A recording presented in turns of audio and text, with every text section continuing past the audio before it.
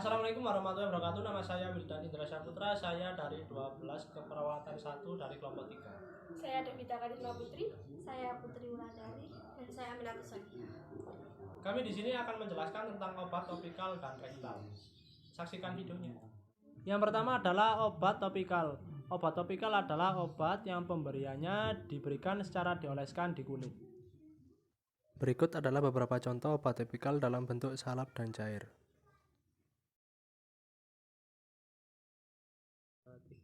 Keuntungan obat topikal. Yang cair dapat mengeringkan luka basah, membersihkan permukaan luka dari mikroorganisme, sehingga mulai terjadi revitalisasi, mengurangi gejala gatal, terasa terbakar. Yang salep dapat daya penetrasinya lebih dalam. Kerugian obat topikal. Jika pengobatan tidak teratur, luka akan menjadi sangat kering, tidak nyaman di iklim yang hangat, dapat menyebabkan overhidrasi, secara kosmetik kurang menarik, dan absorpsi tidak menentu. Kendala perawat dalam memberikan obat topikal kepada pasien adalah pasien takut merasa kesakitan kemudian memberontak dikarenakan obat tersebut menimbulkan alergi pada tubuh pasien. Kemudian cara mengatasinya adalah perawat harus dapat melakukan pendekatan kepada pasien, kemudian mengedukasi pasien bahwa obat tersebut aman dan tentunya bermanfaat bagi kesembuhan pasien. Yang kedua adalah obat rektal. Pengertian obat rektal adalah obat yang pemberian melalui rektum yang layak untuk obat yang merangsang atau yang diuraikan oleh asam lambung. Berikut beberapa obat yang tergolong dalam obat rektal. Keuntungan obat rektal. 1. Bentuk sediaan relatif besar dapat ditampung dalam rektum.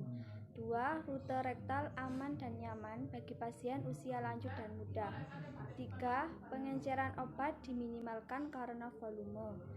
4. Rektum umumnya kosong. 5. Adjuvan absorpsi memiliki efek lebih jelas daripada di saluran pencernaan bagian atas. 6. Enzim degradatif dalam lumen rektal berada pada konsentrasi yang relatif rendah. Yang ketujuh, terapi dapat dengan mudah dihentikan.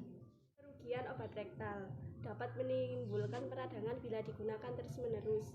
Absorpsi obat tidak teratur, tidak menyenangkan, onset of action lebih lama. Kendala perawat dalam memberikan obat rektal adalah pasien curiga terhadap obat yang diberikan sehingga pasien menolak untuk diberi obat.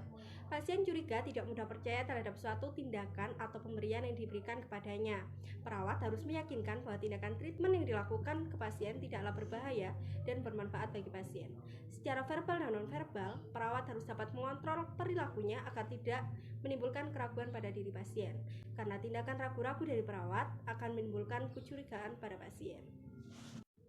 Kendala yang kedua adalah perasaan tidak nyaman pasien saat memberikan obat melalui rektal, sehingga perawat akan kesusahan memasukkan obat. Sebagian pasien akan merasa risih, geli, dan memberontak saat obat dimasukkan ke dalam anus. Namun, sebagai seorang perawat, kita harus bisa mengedukasi dan meyakinkan kepada pasien bahwa obat tersebut bermanfaat bagi kesembuhan pasien. Dan perawat harus menjaga privasi serta meminta izin saat akan membantu memasukkan ke dalam anus. Alangkah lebih baiknya mengucapkan kata-kata seperti, "Permisi ya Pak, Bu."